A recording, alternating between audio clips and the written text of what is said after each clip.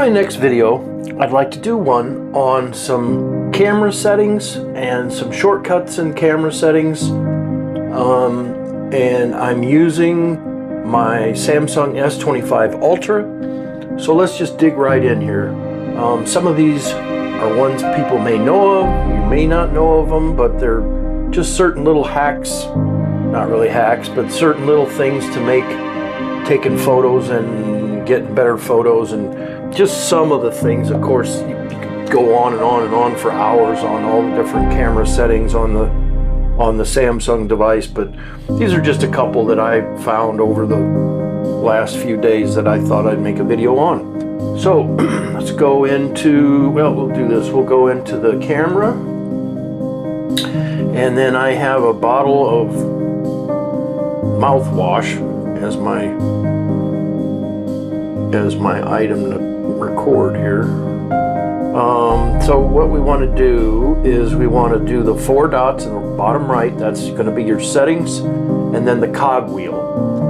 So the one I wanted to go over the most, I guess, was the scan documents and text. First off, if you're going to use this, you can't have it set to anything above 12 megapixels. I believe it's 12, let me make sure. So let's go to 50, and then, yeah, it blocks it out. So see, scan documents and text, not available with this current picture size. So it has to be under 12 to use that particular option, which we will turn down here to 12. Okay, and then we're going to go back to settings. Okay, scan documents and text. So I have it set to on. So show a button to scan documents and text detected with the rear camera. You can have it set to auto scan, which automatically captures documents and text without pressing the shutter button. That's a really good option if you're doing a lot of pages. If you're doing 20 pages and you have to hold the camera still and hit the shutter button and turn the page and hit the shutter, that's going to take you a long time.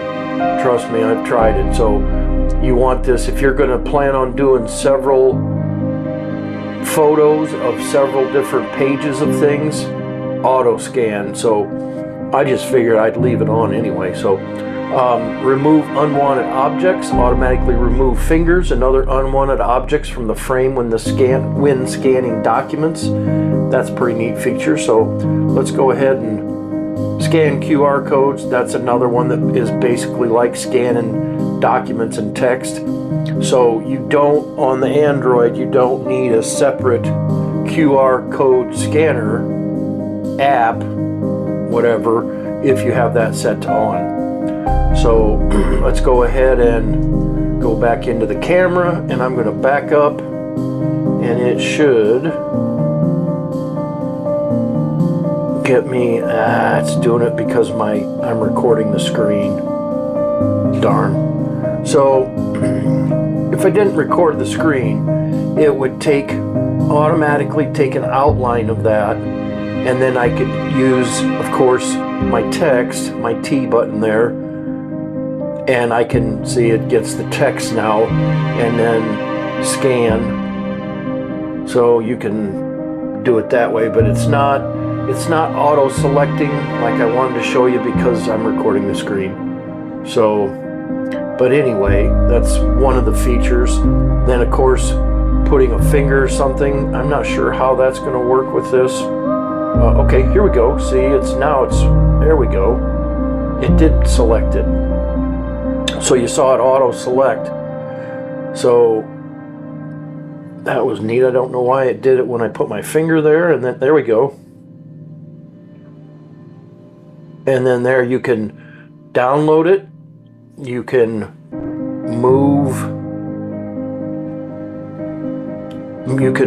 the arrows on where it captured, and then you can rescan it. So it's a lot of options. You can write on it, write it up, whatever, download it.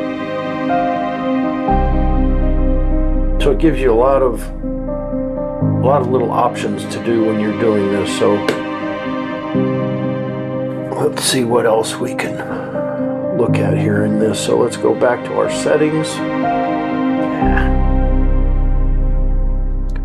Okay, we'll go back to our settings again. We'll just go down to about this one, shot suggestions. This is a neat one. Get on-screen guides to help you line up great shots.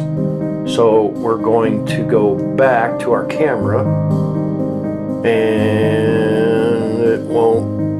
Well, let's see if we can. I'll just do it on a door. Okay, here we go. So you can see where the camera's pointed, almost by the doorknob, and then where I should be putting there. It just locked on, and there's where I want to point the camera for the best picture. If I'm over here, it's not saying it's lined up properly. It's just not saying that's the best, not the best angle, and not the best color and lighting and all that auto abilities. Probably AI, I'm sure, is doing this. So right there is where you want to take it, and that is again called shot suggestions. So there's 3 or 4 ideas, just real brief. I'll continue going on into more of these settings, because there's just so many settings with this camera. It's amazing, and I'm almost positive that even I myself right now am probably not utilizing all the different things that you can do with this.